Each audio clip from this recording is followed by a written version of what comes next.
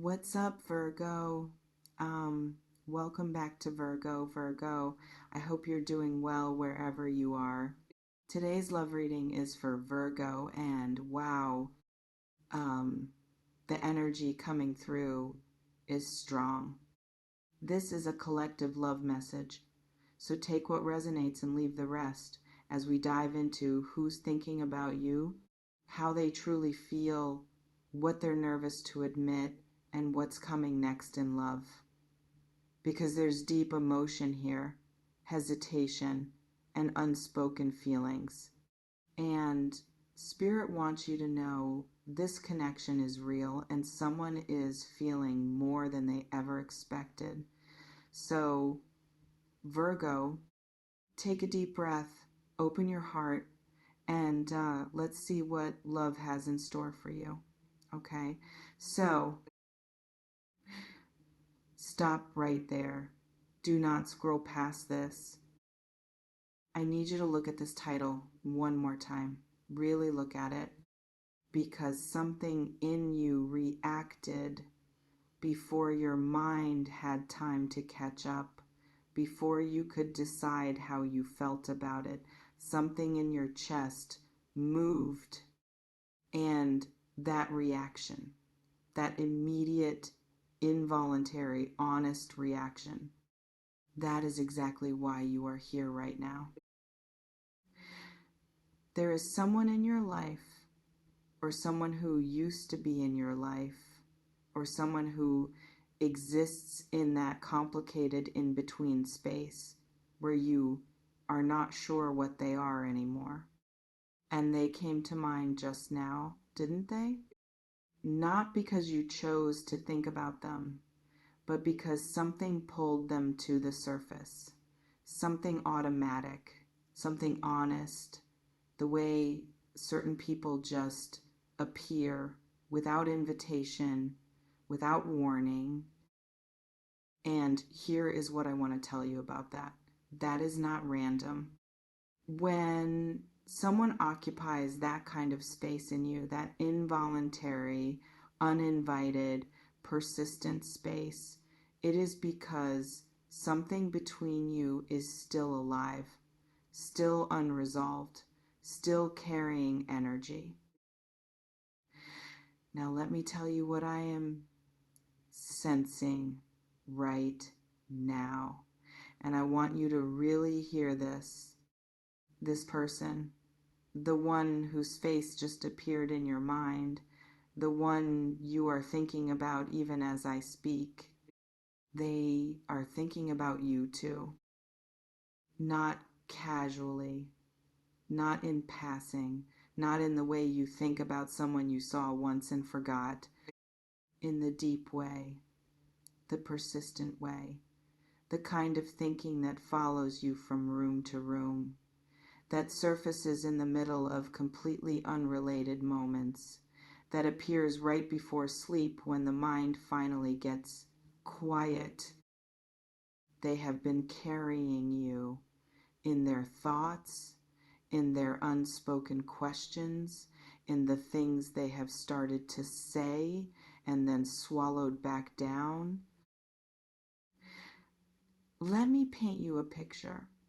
Imagine this person sitting somewhere ordinary, maybe at their desk, maybe in their car before they go inside somewhere, maybe lying awake at night when everything else is gone, quiet, and your name appears, your face, a memory of a moment between you, something you said once, something they wish they had said differently, and they sit with it not for a second, but for a long time, longer than they would admit to anyone. Because there is something happening inside this person, something that has been building quietly, steadily, under the surface.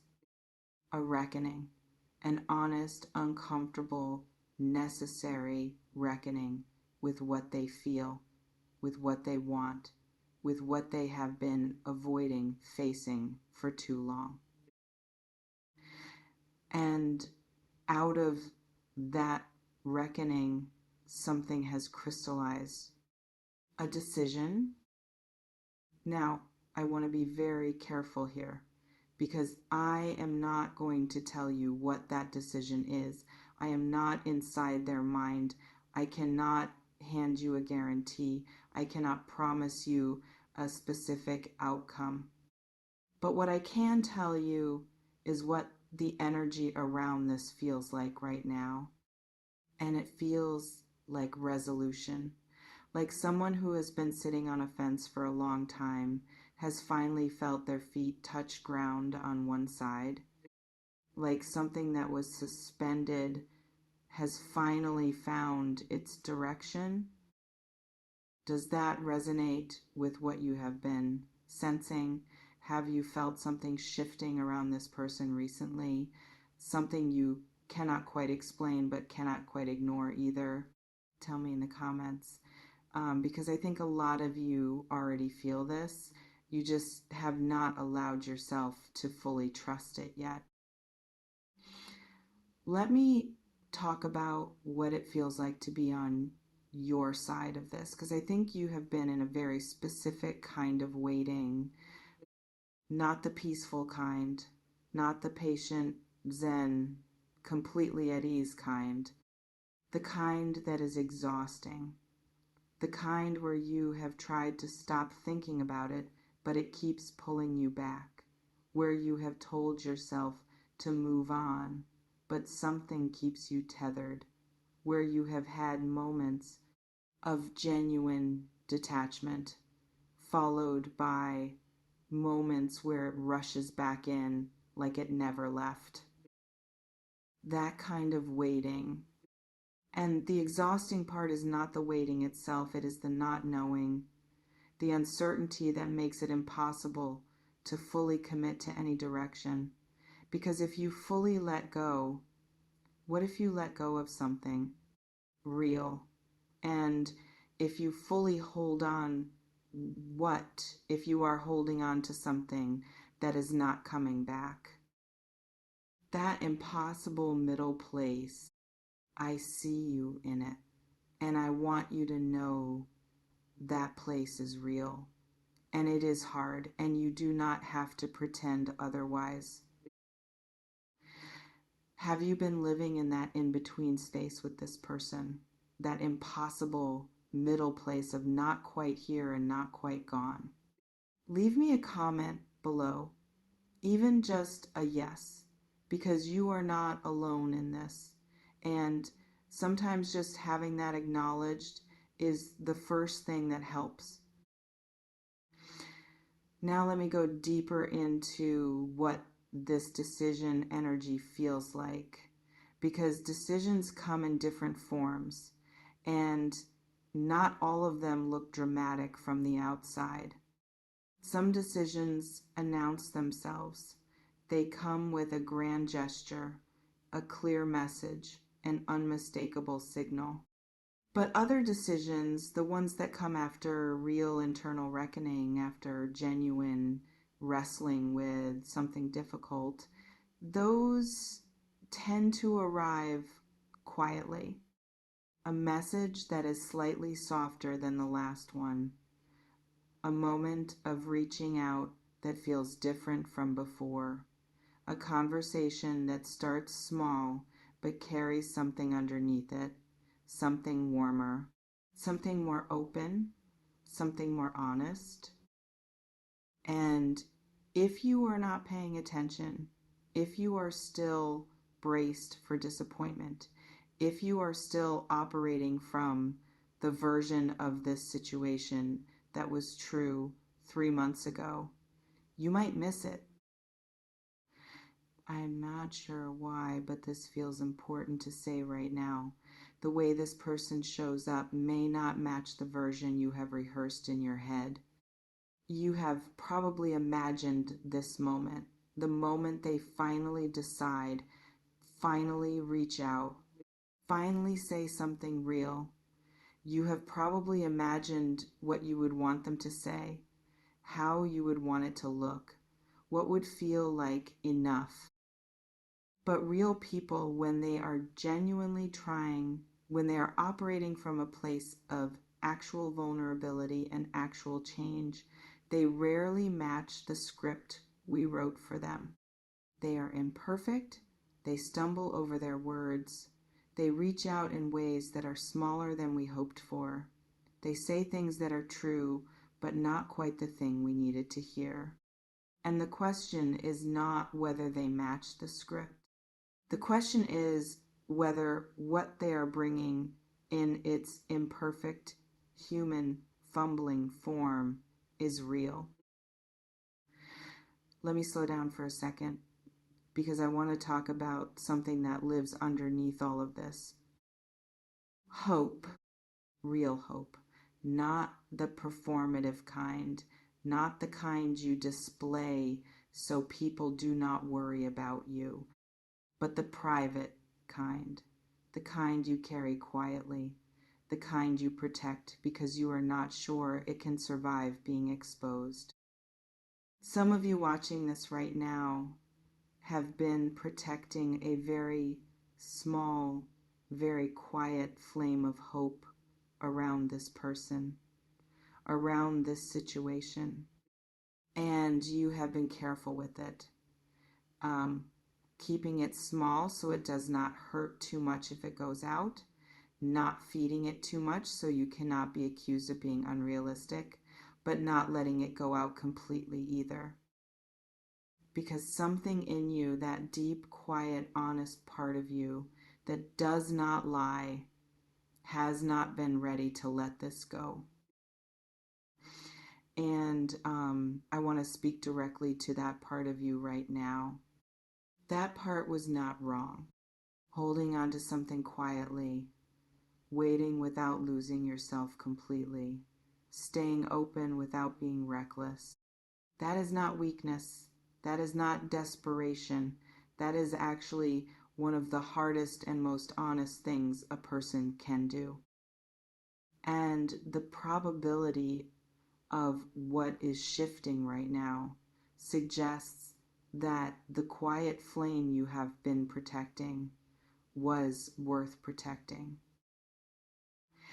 Now I need to talk to the other part of you, the protective part. The part that has built walls since the last time this hurt. The part that has been quietly preparing to not be devastated again. That part is not wrong either. It has been doing its job, keeping you functional, keeping you moving, making sure that if this does not go the way you hope, you will still be standing.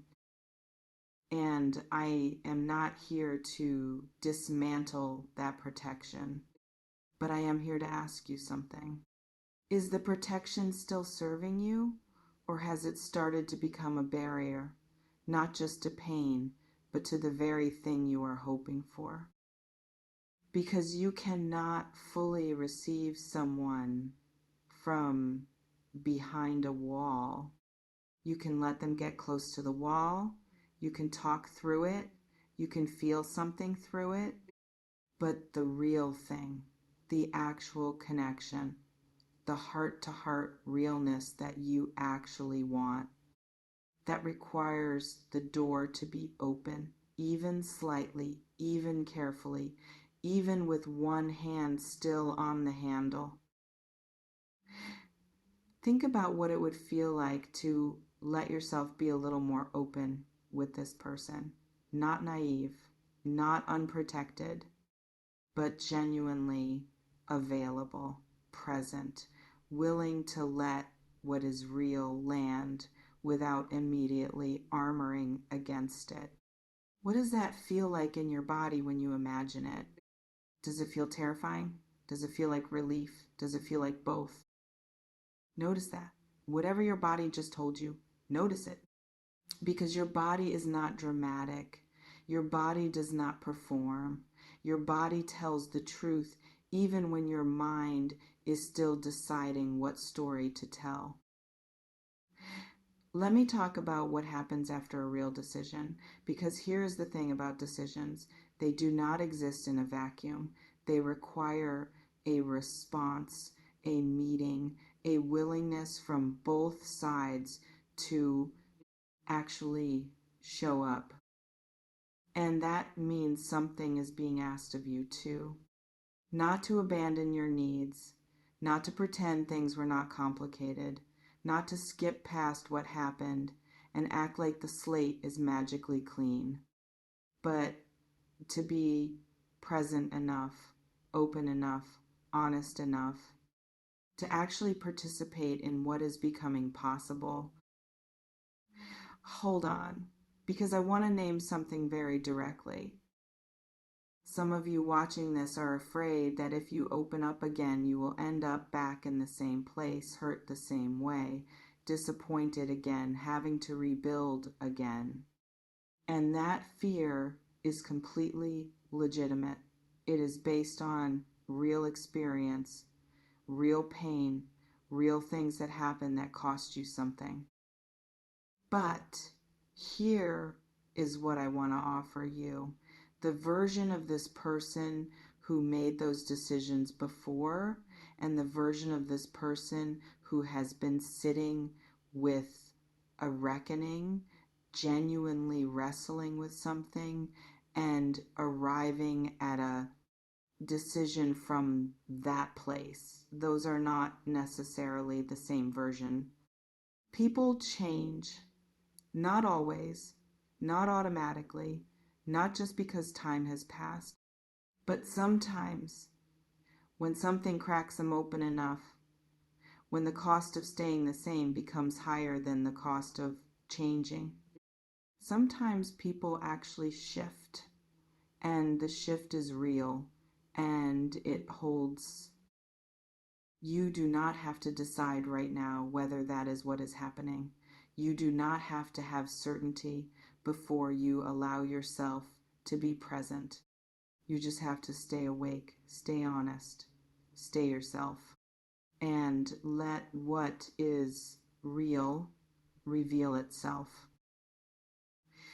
Have you been afraid to let yourself hope again because of what happened last time? Have you been protecting yourself so carefully that the protection itself has become isolating? Leave me a comment below. Tell me where you are with this. The real version, not the version you tell people, the version you actually live with. Because I think more of you than you realize are navigating exactly this, and you deserve to have it named. Let me bring this toward its close now, but I want to do it slowly, because this moment deserves that. Here is what I want you to take away from this.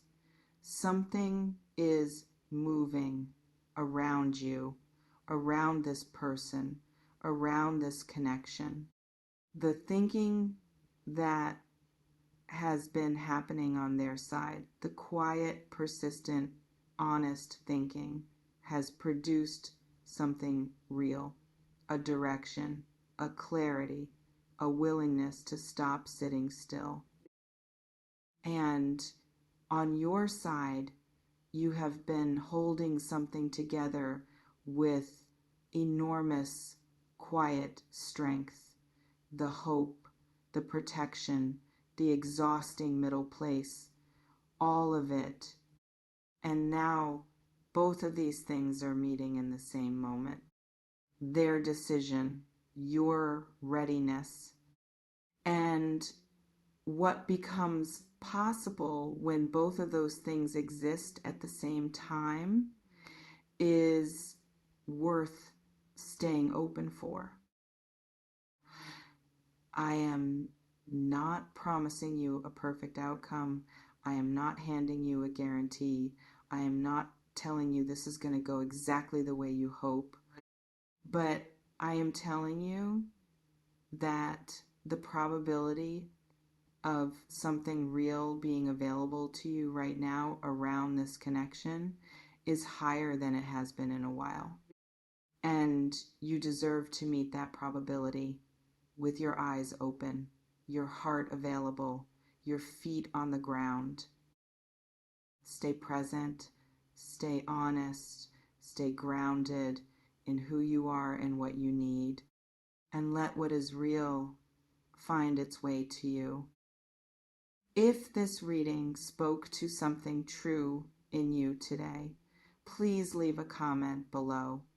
Tell me what came up. Tell me who you thought of. Tell me what you have been quietly carrying around this person, because you are not alone in this. And what is moving right now is real. Take care of yourself. Trust what you feel and stay open. No illusions, no empty comfort, just clarity for the ones still standing after everything. You kept the flame alive. Now let it breathe.